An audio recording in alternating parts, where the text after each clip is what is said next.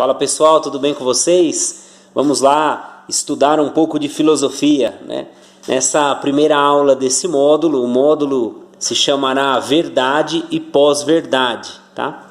E está dentro aí da área da epistemologia, da teoria do conhecimento. Então essa aula a gente quer discutir um pouco a respeito dos critérios de verdade. Vamos entender bem aí como é que funciona essa questão. A verdade é o tema mais importante da filosofia, né? Porém, é um dos temas mais espinhosos. Por quê? Porque quando nós discutimos e concordamos a respeito daquilo que é verdadeiro, naturalmente se entende que esse verdadeiro vai modificar o meu comportamento, a minha ação. Então, verdade, apesar de ser um objeto do conhecimento, ser um objeto epistêmico, esse conceito vai trazer uma consequência moral. Então, isso aqui é muito importante de entender, porque se você colocar a epistemologia em primeiro lugar, e dependendo do que você encontrar como verdade, como verdadeiro, você vai ter uma modificação, você vai ter um resultado. Se você inverter esse conceito e colocar a ação humana em primeiro lugar para depois fundar algo epistemológico, cognoscente, algo a respeito do conhecimento, você vai ter um outro resultado. E nós vamos perceber que na história da filosofia nós tivemos aí alguns critérios principais, tá joia? Depois, quem quiser, me pede aí nos comentários, eu posso mandar alguma bibliografia para leitura, beleza? Vamos lá. Na filosofia, nós temos 4 critérios estabelecidos e nós temos 2 critérios que vão estar em anexo, tá? Que não são diretamente da filosofia, mas que vão influenciar diretamente na filosofia. O primeiro desses critérios anexos é o critério de autoridade. Na história humana, por diversas vezes, se usou a autoridade para fundamentar o conhecimento. Então, quando você pega, por exemplo, as sociedades tribais, estamos falando aí em algumas civilizações antigas, ou mesmo civilizações modernas, mas que estão afastados daquilo que a gente conhece como civilização, organização da sociedade. Ali, quem vai determinar o que é verdadeiro é a autoridade. Vamos pegar um exemplo, as tribos indígenas, o cacique e o pajé, uma autoridade civil, a outra autoridade religiosa, que vão estabelecer aquilo que é verdadeiro. Mas isso não é só exclusividade dos índios, você vai encontrar isso em vários modelos de sociedades tribais e também aquelas sociedades baseadas na estrutura do patriarca, por exemplo, aquela que você encontra na Torá judaica, quando você tem lá, por exemplo, o pai com os filhos e os agregados que vão estar ali em volta, certo?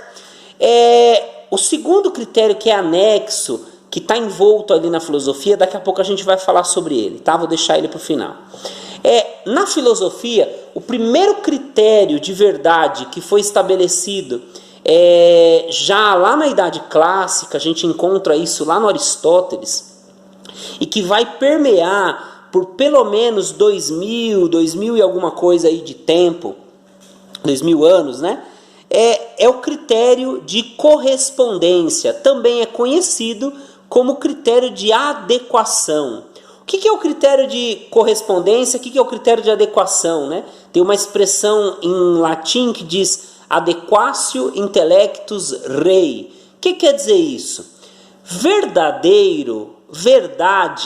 será a adequação do meu intelecto, da minha inteligência, com aquilo que eu contemplo, que eu apreendo no mundo. Apreender é o ato dos 5 sentidos. Então, diferente de aprender é o ato da razão.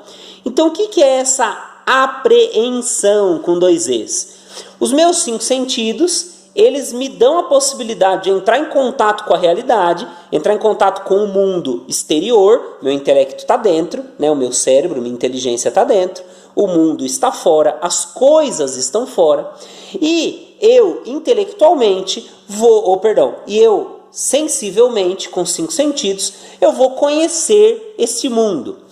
Esse objeto que eu conheço, ele vai provocar dentro de mim, dentro da minha inteligência, através dos 5 sentidos que vão fazer a ponte, vai provocar uma imagem desse objeto. Imagem aqui não é necessariamente só aquilo que eu vi, mas a imagem é a somatória das informações dos meus 5 sentidos.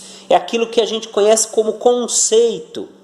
Então, o que vai acontecer? O meu intelecto forma o conceito, e esse conceito, que vai ser ali de onde o conhecimento vai ser produzido, esse conceito, ele é o espelho daquilo que eu contemplei no mundo. Então, vamos pegar aqui, por exemplo, né? Se nós utilizarmos uma garrafa como objeto, então, a partir do momento que eu entrei em contato com esse objeto, através do tato, através da visão, né? Eu poderia estar tomando na garrafa, entraria através do olfato, posso também ouvir o som que ela produz, e assim, paladar, né? E também o olfato, sentir aí algum cheiro dela. Eu vou conseguir, através dos 5 sentidos, produzir algo, receber algo dessa garrafa que vai ficar estabelecido nos meus sentidos, tá certo? No meu intelecto. No meu intelecto, esse conceito será verdadeiro, por quê? Porque ele está conforme o objeto. Então, o primeiro critério, que é o critério de correspondência, ele vai ser justamente o único critério de verdade, com exceção do último critério anexo que nós vamos falar no final, que leva em consideração plenamente a objetividade da realidade. O que quer dizer isso? Objetivo aqui não é aquilo que eu quero na vida. Objetivo aqui é vindo do objeto. Então, o mundo real, né, res, ali no latim quer dizer coisa, então o mundo das coisas, o mundo dos objetos, eu vou entrar em contato com diversos objetos e isso vai provocar em mim um determinado conhecimento da verdade. Beleza? Esse conceito vai fundamentar aquilo que é verdadeiro. O que é verdadeiro nesse critério de correspondência? Aquilo que está em conformidade com o mundo objetivo. A partir esse critério ele vai durar ele vai ser muito presente até a modernidade, né? A partir do Descartes a coisa começa a romper, né? O Descartes aí com o seu método de dúvida, ele começa ali a colocar isso em questão, fundamentando o conhecimento ali no racionalismo. Isso a gente vai deixar para uma aula mais para frente, mas com certeza a gente vai gravar uma aula sobre Descartes. E ele vai encontrar o seu fim concreto em Kant. Porque o que o Kant faz? Também vamos gravar uma aula sobre Kant, fica tranquilo. Mas o que o Kant faz?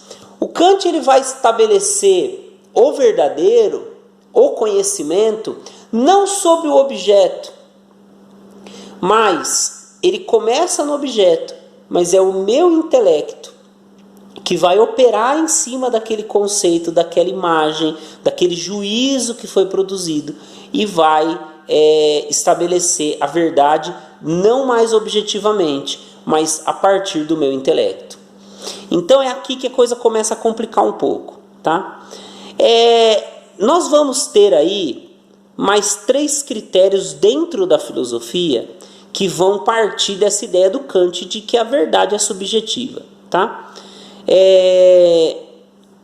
Verdade como coerência. O que é esse critério de verdade como coerência, né? A gente também pode chamá-lo de critério da ausência de contradição, né? Como diz ali o pessoal do positivismo lógico. A verdade como coerência quer dizer que algo será verdadeiro quando for coerente a um sistema de ideias pré-estabelecido que vai ser utilizado para analisar e julgar o mundo. Então, quando é que algo vai ser verdadeiro? Segundo o critério da coerência. Quando eu, a partir de algo que a gente já estabeleceu como um sistema de ideias ou de crenças, e a partir dele a gente vai analisar aí sim o mundo. Quando alguma coisa vai ser verdadeira? Quando ela for coerente ao meu sistema de ideias. Quando uma coisa vai ser falsa? Quando aquilo está sem coerência dentro daquele sistema de ideias.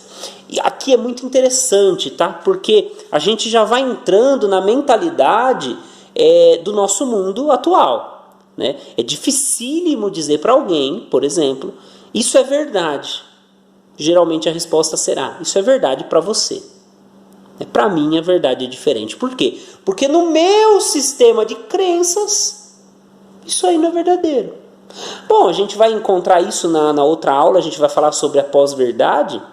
E quando a gente trata da pós-verdade, a gente vai entrar justamente nisso. Algo é verdadeiro quando está de acordo com a minha crença pessoal e não de acordo com o mundo objetivo, com o fato objetivo, certo? Bom, então nós vamos ter vários filósofos aí, principalmente na área da lógica, né? Eu vou citar o nome do Thomas Kuhn, que vão fundamentar a vivência, ou melhor, perdão, vão fundamentar o verdadeiro como aquilo que é coerente com o meu sistema de ideias, certo? Próximo critério, a gente vai falar do critério do consenso. Então nós falamos critério da autoridade, que está fora da filosofia, que é um critério extremamente dogmático, critério da correspondência, critério da coerência. Agora nós vamos falar do critério de verdade como consenso. Essa ideia, ela começa a encontrar um fundamento grande no Hegel, né? E nós vamos encontrar o Jürgen Habermas atualmente, que vai encabeçar bastante essa ideia. O que é a verdade como coerência? Então, algo será verdadeiro quando estiver de acordo com a percepção de uma sociedade que vai estar condicionada por uma cultura e condicionada por um período histórico. Então, por exemplo, algo vai ser verdadeiro hoje de acordo com aquilo que a sociedade em que eu vivo percebe.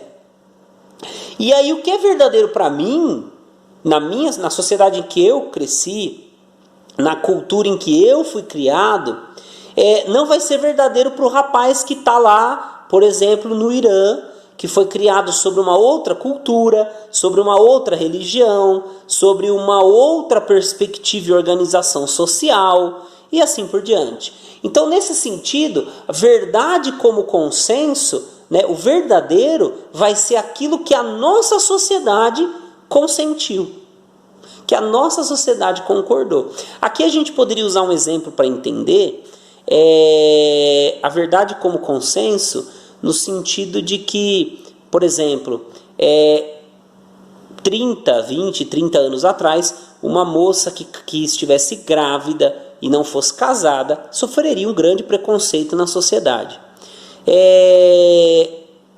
Hoje, uma moça grávida, ela é praticamente enxergada como uma coisa tranquila, né? Claro que ainda há alguma perspectiva de preconceito, mas é bem reduzida comparada a 30, 40, 50 anos atrás, certo? Agora, isso na sociedade que nós estamos aqui, né? No meu caso, eu estou no estado de São Paulo, no interior de São Paulo.